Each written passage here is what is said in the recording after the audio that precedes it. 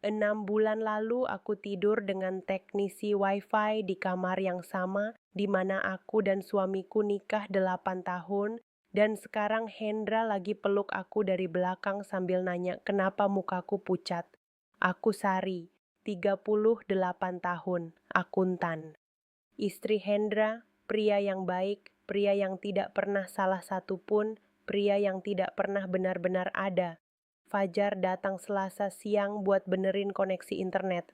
Itu saja, teknisi, seragam biru, sepatu boots, orang asing. Waktu tangannya menyentuh tanganku di belakang lemari, dia nggak mundur. Aku nggak napas, bukan karena tertarik, bukan karena gombal, tapi karena itu pertama kalinya dalam bertahun-tahun ada orang yang beneran berhenti, yang nggak buru-buru, yang nggak pura-pura nggak lihat aku.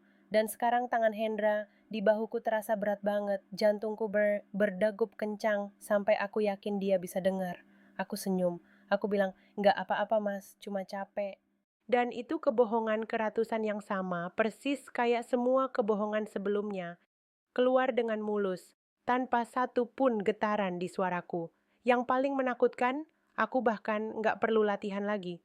3 hari setelah Fajar pergi, provider kirim pesan. Ada teknisi yang akan datang lagi. Pemeriksaan lanjutan. Standar prosedur, katanya. Aku ketik ulang pesan itu 2 kali, 3 kali. Bukan karena nggak ngerti, tapi karena dadaku tiba-tiba sesak. Aku coba reschedule, bilang lagi kerja, bilang Jumat aja, bilang jangan Selasa. Mereka kasih Rabu. Hari Selasa malam ada arisan RT di rumah Butini. Aku pergi, bukan karena mau, tapi karena kalau nggak datang, Butini bakal tanya kenapa, dan aku nggak punya tenaga buat bohong ke orang lain selain ke Hendra. Aku duduk di pojok, pegang gelas teh yang nggak aku minum.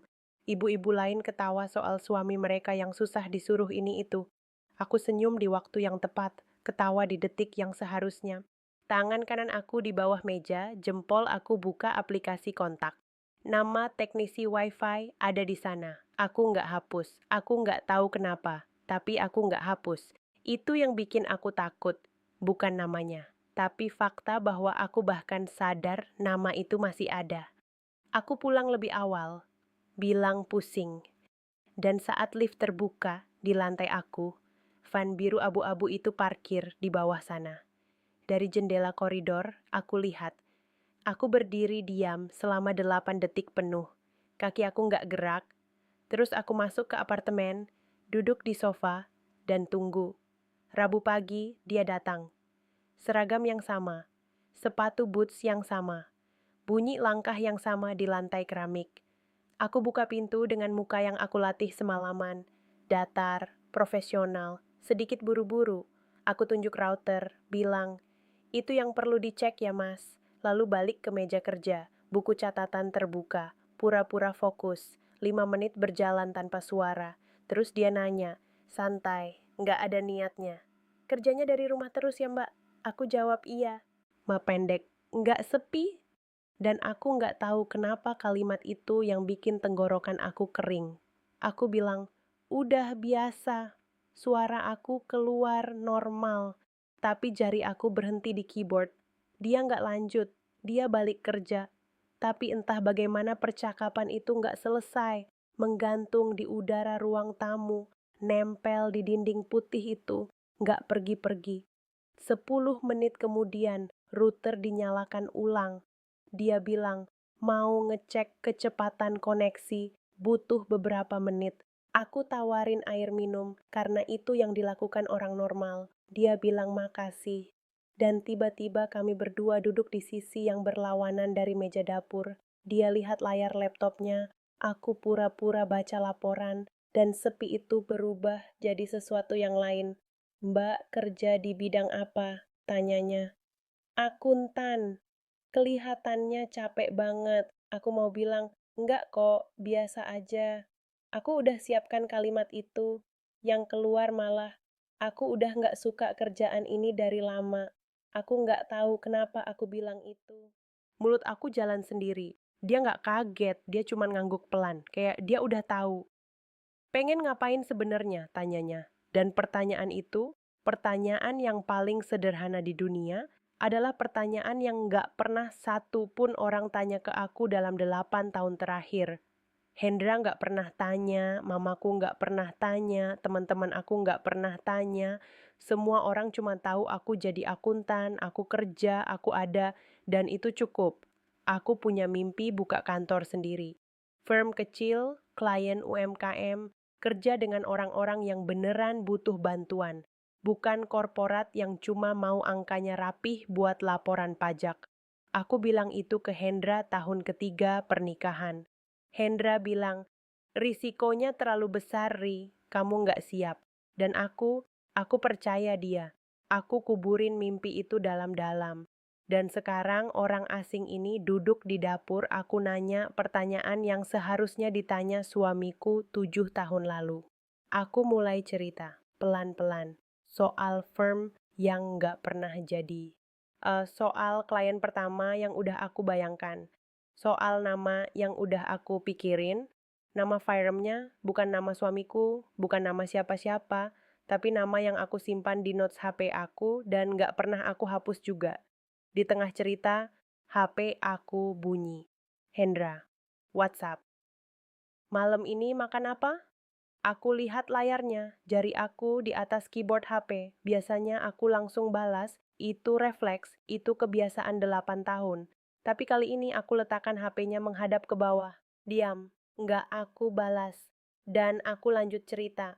Kalau ada yang dengerin ini sampai sini, aku minta tolong dengerin terus. Karena bagian yang paling susah buat aku ceritain belum datang. Dan aku butuh ada yang tahu ini. Selain diri aku sendiri yang udah menyimpannya sendirian 6 bulan penuh. Waktu aku selesai cerita soal firm itu, Fajar nggak bilang, wah keren. Dia nggak bilang, sayang banget ya. Dia cuma bilang, kenapa berhenti? Dan aku nggak bisa jawab. Karena jawaban yang jujur terlalu memalukan buat diucapkan keras-keras, bahwa aku berhenti karena ada orang yang bilang aku nggak bisa, dan aku pilih percaya dia daripada percaya diri sendiri. Air mata aku nggak jatuh, tapi sesuatu di dalam aku retak, dan itu jauh lebih berbahaya dari air mata. Rabu sore itu Hendra telepon. Suaranya terburu-buru, ada rapat darurat, klien luar kota, dia nggak pulang malam ini. Makan sendiri ya, Ri. Sudah, selesai. Klik. Fajar masih di ruang tamu, masih ngecek sinyal. Laptopnya terbuka di lantai, kabel kecil tertancap di router. Aku taruh HP di meja tanpa bilang apa-apa. Suami? Tanyanya. Nggak noleh. Iya, nggak pulang. Dia cuma angguk, tangan tetap kerja. Aku ke dapur, panaskan air. Sesuatu yang bisa dikerjakan tangan supaya pikiran nggak kemana-mana. Tapi tangan aku gemetar waktu pegang cangkir, dan aku nggak tahu kenapa. Kamu pernah pengen pergi dari sini? Tanyanya tiba-tiba dari ruang tamu. Aku diam sebentar. Pergi kemana? Mana aja. Aku keluar dari dapur, berdiri di ambang pintu. Pernah, jawabku akhirnya. Waktu pertama kali aku sadar kalau aku nggak bahagia. Tapi terus aku pikir, mungkin bahagia itu bukan soal pergi.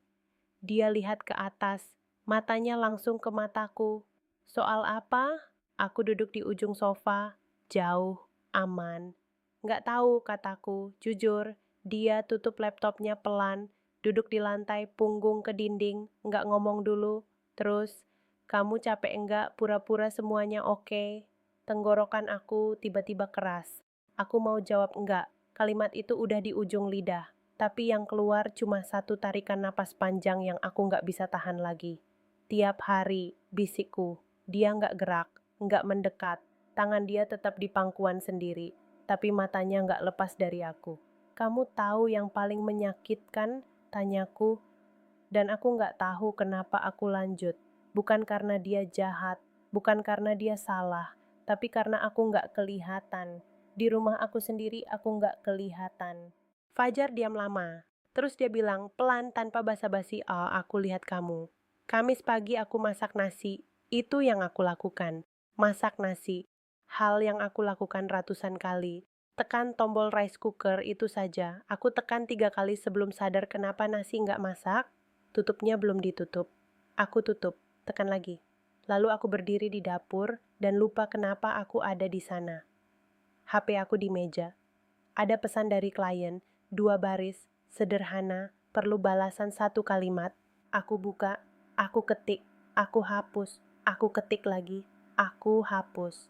11 menit aku berdiri di sana, ibu jari di atas layar, dan 2 baris itu masih belum terbalas. Aku taruh HP, pergi ke kamar mandi, cuci muka, balik ke dapur. Lupa sudah cuci muka, cuci lagi. Air di panci kecil di kompor sudah mendidih. Sudah dari kapan aku nggak tahu. Uap naik sampai ke langit-langit. Aku matikan kompor, tangan aku kena pinggir panci, panas, merah sebentar, dan aku nggak langsung narik tangan. Kayak butuh beberapa detik buat otak aku nyambung lagi ke badan sendiri. Di meja makan ada buku catatan yang aku buka semalam. Halaman kosong, pulpen di sebelahnya. Aku duduk, pegang pulpen. Aku tulis nama firma itu, nama yang ada di notes HP aku, yang nggak pernah aku hapus. Huruf pertama, 2 huruf, 3. Terus aku coret, bukan sekali, 7 kali, sampai kertasnya hampir sobek, sampai tintanya tembus ke halaman bawah. Aku tutup buku itu, aku ke ruang tamu, duduk di sofa, pandang dinding putih yang sama, persis seperti kemarin, seperti bulan lalu, seperti 8 tahun lalu. Router di pojok ruangan, lampu hijau, koneksi stabil. Aku nggak bisa lihat benda itu. Aku pindah duduk ke arah lain, punggung ke router, muka ke jendela, kucing tetangga jalan di atas tembok luar, langit putih, Jakarta pagi. Aku duduk di sana sampai aku dengar kunci diputar di pintu. Hendra masuk lebih awal dari biasanya. Aku nggak dengar suaranya dulu. Yang aku dengar adalah bunyi kantong plastik. Kantong dari toko roti di dekat kantornya, yang tutup jam 9 pagi. Aku hafal bunyinya. Dia beli croissant isi keju. 2. Dibungkus kertas coklat minyak, diikat tali rami kecil. Cara toko itu membungkus. Cara yang sama dari dulu. Itu bukan hal yang dia lakukan rutin. Hendra beli croissant itu cuma satu kondisi. Kalau dia tahu aku lagi deadline berat dan lupa makan siang hari sebelumnya. Dia nggak bilang apa-apa tentang kemarin. Dia nggak nanya aku makan apa. Dia cuma taruh bungkusan itu di meja depan aku.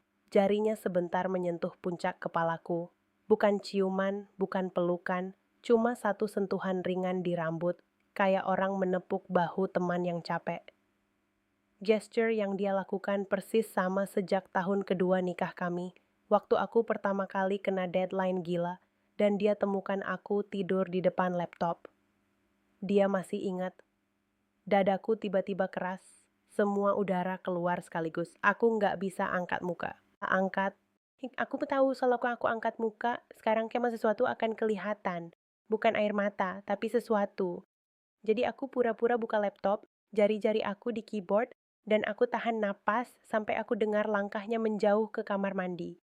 Bunyi air shower nyala. Aku ambil bungkusan croissant itu. Tali raminya aku lepas pelan. Aku lipat tali itu rapi, kecil, terus aku simpan di dalam kepalan tangan kiri aku. Kencang, sampai terasa. Aku nggak buka bungkusnya. Aku cuma duduk, tangan terkepal, dengarkan suara air dari kamar mandi, dan nggak bergerak sampai suaranya berhenti. Kejadiannya waktu makan malam Kamis. Bukan malam istimewa. Nasi, tumis kangkung, telur dadar. Hendra duduk di depan aku, buka HP sebentar, terus taruh lagi. Dia coba, aku tahu dia coba. Entah kenapa malam itu aku ngomong lebih banyak dari biasa. Mungkin karena ada sesuatu yang mulai hidup lagi di dalam aku sejak Rabu. Perasaan punya mimpi yang diakui. Aku cerita soal klien baru, soal laporan yang mulai aku buat berbeda, soal cara aku mikir tentang struktur firma yang lebih kecil, lebih personal, dan di tengah kalimat, aku bilang nama itu. Sari Sejahtera Konsultan, pelan, natural.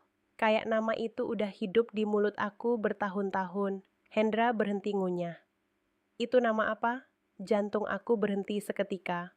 Nama itu, nama yang ada di notes HP aku, yang aku ceritain ke Fajar, yang aku coret 7 kali di buku catatan tapi masih ada di sana. Nama yang enggak pernah aku sebut ke Hendra. Pernah. Seumur hidup pernikahan kami. Aku nggak panik keluar. Paniknya ke dalam. Cepat, dingin, kayak es yang aku telan, bulat-bulat.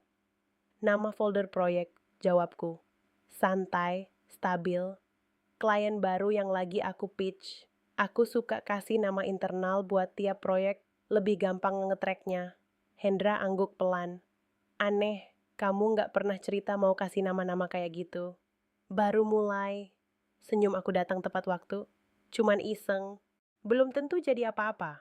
Dia balik ke tumis kangkung, nanya soal tagihan listrik bulan ini. Aku jawab, 487.000. Angkanya tepat. Suaraku datar, tapi tangan kanan aku di bawah meja, jempol aku tekan keras ke telapak sendiri. Karena nama Sari Sejahtera Konsultan sekarang sudah ada di udara ruang makan kami. Dia sudah dengar, sudah ada di suatu tempat di kepalanya. Dan kalau dia cari folder itu di laptop kerjaku yang kadang terbuka di meja, dia nggak akan menemukannya. Benang itu sekarang ada, nyata, di dunia. Pesan itu datang Minggu pagi. 3 kata. Masih di sana? Aku baca jam 07.14. Hendra masih tidur. Layar HP aku matiin sebelum bisa ada yang lihat. Aku taruh di bawah bantal, tapi aku nggak tidur lagi. 47 menit aku berbaring di samping suamiku, mata ke langit-langit, HP di bawah kepalaku. 3 kata itu putar terus. Bukan karena aku mau membalasnya, tapi karena ada bagian dari aku yang tahu, kalau aku buka itu lagi, aku akan merasa ada.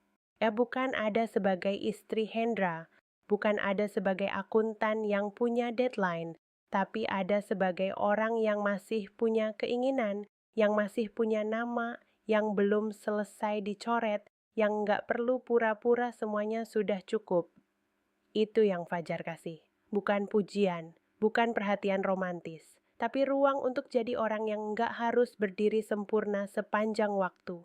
Aku balas jam 19.02. Rabu siang dia datang. Kami duduk di ujung-ujung berbeda dari sofa ruang tamu. Aku pegang cangkir teh. Dia nggak pegang apa-apa. Kami ngobrol soal firma itu lagi, soal kenapa namanya masih ada di notes HP aku setelah semua ini. Terus bel pintu bunyi, 2 ketuk cepat, 1 lambat, khas Butini. 3 milidetik pertama, tubuhku beku total. Bukan otak yang berhenti, badan yang berhenti. Kaki, tangan, napas, semua dalam satu momen paralel. Milidetik keempat, aku berdiri. Jantung aku naik ke tenggorokan. Bukan metafora, aku bisa rasakan detak itu tepat di bawah rahang. 4 langkah ke pintu. Setiap langkah terasa seperti berjalan di lantai yang mungkin tidak ada. Napas aku sendiri terdengar, pendek, terkontrol, terlalu terkontrol. Aku pegang gagang pintu. 1 detik penuh aku berdiri di sana sebelum membuka. Butini. Tupperware hijau, senyum lebar, dan matanya langsung lewat bahu aku masuk ke ruang tamu. Aku ambil setengah langkah ke depan, badan aku mengisi pintu. Ada tamu ya, Ri. Suaraku keluar, normal, stabil, tanpa satupun getaran. Teknisi, Bu. Router lagi ada masalah sinyal. Tangan kanan aku di belakang pintu. Jari-jari aku mencengkeram tepi kayu sampai buku jari terasa keras. Oh, Hendra kemana? Meeting sampai malam, Bu. Butini angguk. Kasih Tupperware, bilang ada sisa opor dari tadi siang, sayang kalau nggak dimakan. Aku bilang makasih, Bu, makasih banyak. Senyum aku datang tepat waktu pintu tertutup. Aku nggak balik badan selama 8 detik penuh. Berdiri menghadap pintu, punggung ke ruang tamu, tangan masih di gagang pintu. Yang terasa bukan lega. Yang terasa adalah ini. Aku tadi bohong ke Butini, dan suaraku nggak bergetar sama sekali. Nggak ada jeda, nggak ada keraguan-raguan. Kalimat itu keluar kayak air dari keran yang sudah terlatih. Cepat, bersih, sempurna. Aku minta Fajar pergi, nggak ada penjelasan, nggak ada air mata, cuma 2 kata, pelan, tanpa melihat ke arahnya. Tolong pergi, dia pergi. Aku duduk di lantai, bukan karena drama, tapi karena lutut aku berhenti kerja setelah pintu itu menutup di belakangnya. Dan di sana, di lantai yang sama, persis di mana aku pernah duduk 6 bulan lalu, aku sadar sesuatu yang jauh lebih berbahaya dari rasa takut ketahuan. Aku sudah nggak takut lagi. Bukan karena sudah aman, tapi karena aku sudah terlalu terbiasa.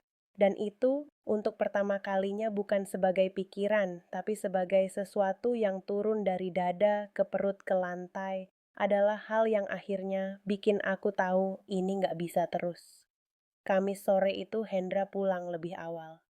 Aku lagi di dapur, potong bawang, nggak dengar pintu terbuka, tiba-tiba dia ada di ambang pintu dapur, dasi sudah dilonggarkan, dan dia pegang HP-nya dengan cara yang beda. Ri, katanya, santai, terlalu santai. Sari Sejahtera Konsultan itu beneran nama folder klien? Pisau aku berhenti. Setengah detik. Setengah detik yang harusnya nggak ada, tapi ada, dan aku tahu dia hitung itu. Iya, kenapa? Suaraku keluar, tapi setengah nada lebih tinggi dari biasanya. Aku dengar sendiri. Aku cari di laptop kamu tadi, mau lihat spreadsheet yang kamu bilang mau kamu finalisasi minggu ini. Nggak ketemu foldernya. Tanganku gerak ke HP yang ada di meja. Nggak ada alasan, nggak ada notifikasi, tapi tangan itu jalan sendiri. Aku tarik balik sebelum dia lihat. Oh, itu ada di drive, bukan lokal. Kalimatnya keluar cepat, spesifik, sempurna. Folder baru, belum aku sync. Kliennya namanya Pak Suryo, UMKM kuliner di Bekasi, pitchingnya minggu depan Selasa, nama, tanggal, lokasi. Nah, aku kasih semua yang bisa dicek. Hendra angguk pelan. Matanya turun ke telepon sebentar, terus naik lagi ke aku. Oke, dia balik ke ruang tamu. Aku balik ke bawang. Mata aku panas, bukan karena bawang, karena aku baru saja membuat cerita yang bisa dihancurkan dalam satu kali Hendra buka Google Maps dan nggak menemukan nama toko itu. Senyumku datang terlambat 4 detik. 4 detik yang harusnya nggak ada. Jumat pagi aku WA Fajar.